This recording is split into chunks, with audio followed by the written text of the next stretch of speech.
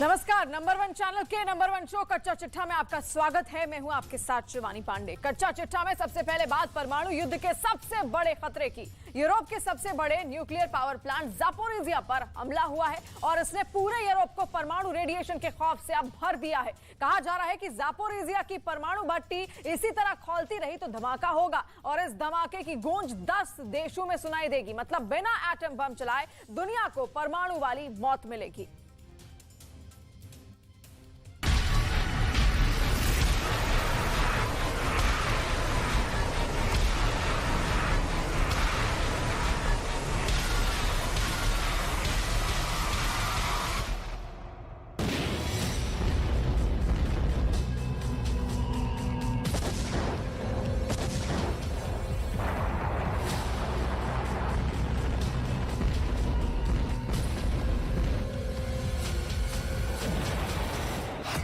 दुनिया का होगा परमाणु अंत। रूस के लैब में रेडिएशन फॉर्मूला रेडी।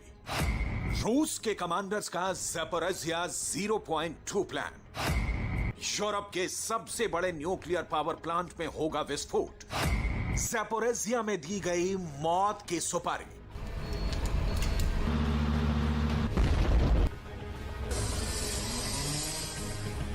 कैसे और क्यों, इसे समझने के लिए एक एक पॉइंट को बहुत गौर से समझना होगा, क्योंकि परमाणु की चिल्लाहट के बीच असली परमाणु खतरे की डिटेल आपसे कहीं छूट ना जाए। कहा जा रहा है कि रूस यूक्रेन युद्ध का अंत हो ना हो एटम बम से ही होने वाला है। रूस के पूर्व राष्ट्रपति और पुतिन के बहुत खास दिमित्री मेदवेदेव ने इसकी ताजा तस्दीक की है। Миновала ли угроза ядерного конфликта? Нет, не миновала. Она возросла. Каждый день поставок иностранного оружия на Украину в конечном счете приближает. मेदवेदेव की परमाणु बम की 5वीं धमकी में नया क्या है, इसकी डिटेल आपको आगे दिखाएंगे। उससे पहले रूस की इस नई लॉन्च मिलिट्री मिसाइल को देख लीजिए। यह मिसाइल रूस के मिलिट्री के दूसरे डिपार्टमेंट्स के बीच तालमेल पैदा करेगी, उन्हें साजो सामान संबंधित सबसे ताजा जानकारी मुहैया कराएगी।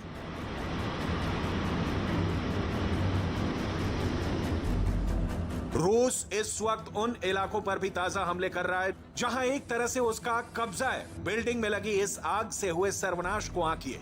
पावर प्लांट पर हमले छोड़िए, रूस यूक्रेन के आम नागरिकों तक को नहीं छोड़ रहा। अब उस ज्वालामुखी के समान सुप्तावस्था में सुलगते ज़ैपोरिज़िया परमाणु पावर प्लांट में विस्फोट की आशंका का मूल समझ लीजिए, क्योंकि चीन के शांति प्रस्ताव की चीख पुकार के बीच ज़ैपोरिज़िया धमाके के लिए उबल रहा है। रूस की मिसाइल स्ट्राइक ने न्यूक्लियर पावर प्लांट को इतना नुकसान पहुंचाया है कि अंतर्राष्ट्रीय एटॉमिक एनर्जी एजेंसी के प्रमुख राफेल ग्रॉसी कह रहे हैं कि ज़ैपोरिज़िया से दुनिया के लिए किसी भी वक्त मौत की लहर चल सकती है, जिसे रोकना मुश्किल ही नहीं नामुमकिन होगा। This is work in progress. We have achieved certain things. We will not achieve anything until this war is over, of course. But in our particular case, till we can say, well, this incredible thing happened to all of us, and we could navigate it without a major radiological emergency, a major nuclear accident, which this time, and this is another big difference, this time will not be the result like Chernobyl of an opaque and aberrational system like the Soviet used to be. Zaporizhzhia Ukraine के उन इलाकों में शुमार है जिस पर रूस की सेना ने युद्ध के शुरुआती दौर में कब्जा कर लिया था। कई बार ज़ैपोरिज़िया की सुरक्षा को लेकर सवाल भी उठे। इससे पहले 2 बार इंटरनेशनल एटॉमिक एनर्जी एजेंसी के प्रमुख राफेल ग्रॉसी ज़ैपोरिज़िया का दौरा कर चुके हैं। अब न्यूक्लियर पावर प्लांट से रेडिएशन का नया खतरा पैदा हो गया है। कैसे? बहुत ध्यान से सुनिए। 9 मार्च को रूस की नई मिसाइल ज़ैपोरिज़िया पर गिरी। इस हमले ने प्लांट और पावर ग्रिड के बीच के कनेक्शन को तोड़ दिया। इसका नतीजा हुआ है कि अब प्लांट सिर्फ एक पावर लाइन पर चल रहा है, जो कि रिएक्टर्स को कूल यानी ठंडा रखने के लिए बहुत बहुत जरूरी है। रिएक्टर्स को कूल नहीं रखा गया तो ब्लास्ट होगा, जिससे रेडिएशन फैलेगा। इस रेडिएशन की कोई सरहद नहीं होगी। ज़ैपोरिज़िया न्यूक्लियर पावर प्लांट में धमाका होता है तो रेडिएशन रूस तक पहुंचेगा। पोलैंड भी इसकी जद में आएगा। बेलारूस भी इस परमाणु रेडिएशन से खुद को नहीं बचा पाएगा और यूक्रेन में तो मौत गली गली नाच करेगी।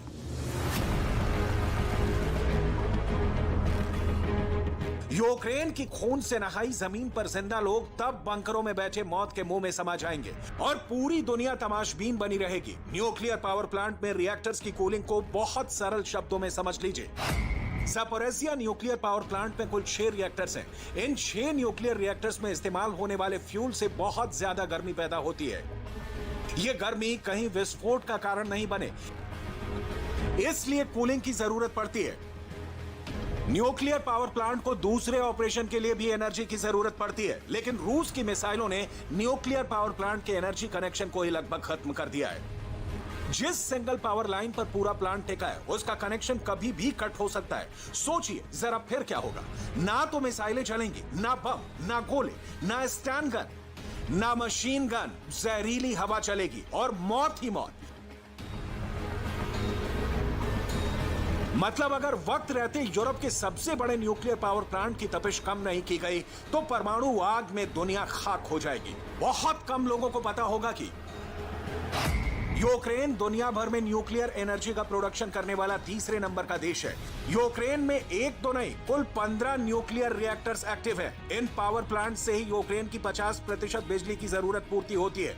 मार्च के पहले हफ्ते में प्लांट में लगी आग से दुनिया की सांसें टंग गई थी और अब ज़ैपोरिज़िया पावर प्लांट फिर से विस्फोट की आशंका के दौर में है। परमाणु हादसा रूस में ही हो चुका है।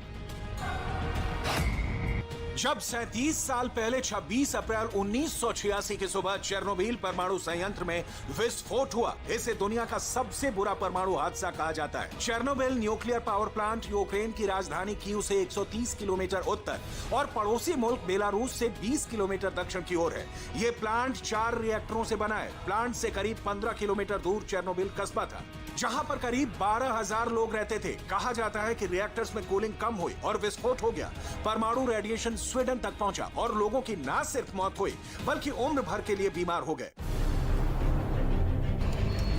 आज ज़ैपोरिज़िया का हाल भी चेर्नोबिल की तरह दिख रहा है। बस हादसा रुका है और ये कभी भी हो सकता है। सवाल है कि चेर्नोबिल हादसे के बावजूद क्या रूस जानबूझकर ज़ैपोरिज़िया का जहरीला अंत चाहता है?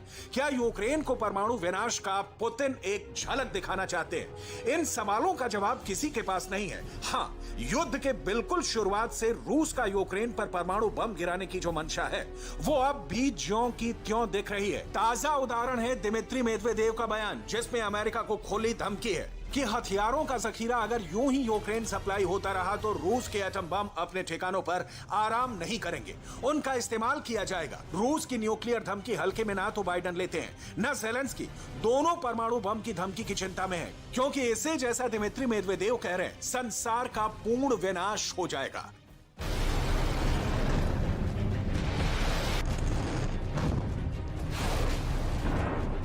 क्योंकि न्यूक्लियर ब्लास्ट होते ही 10 सेकंड से भी कम समय में वो इलाका और वहां की जमीन आग की तरह धधकने लगती है। चारों तरफ बहुत तेज सफेद चमक पैदा हो जाती है। परमाणु विस्फोट के 3 बेहद घातक असर होते हैं। पहला, ज्वालामुखी की आग से भी ज्यादा तेज गर्मी पैदा हो जाती है। दूसरा और बेहद खतरनाक होता है रेडिएशन का असर। इसमें बेहद खतरनाक गामा किरणें निकलती हैं। ये इतनी खतरनाक होती हैं कि शरीर के जिस भी हिस्से पर पड़ जाएं, वो हिस्सा बदल ही जाता है।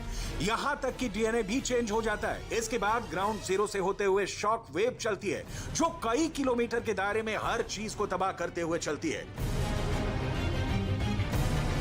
ये जानते समझते हुए भी इंटरनेशनल स्तर पर परमाणु हथियारों पर नजर रखने वाली संस्था Stockholm International Peace Research Institute की माने तो दुनिया भर में 3500 से भी ज्यादा परमाणु हथियार हैं, जबकि दुनिया का अंत कुछ एक परमाणु बम से ही हो सकता है। और ज़ैपोरिज़िया न्यूक्लियर पावर प्लांट से विकिरण यानी रेडिएशन हुआ तो एटम बम चलाए बिना भी नाश निश्चित है।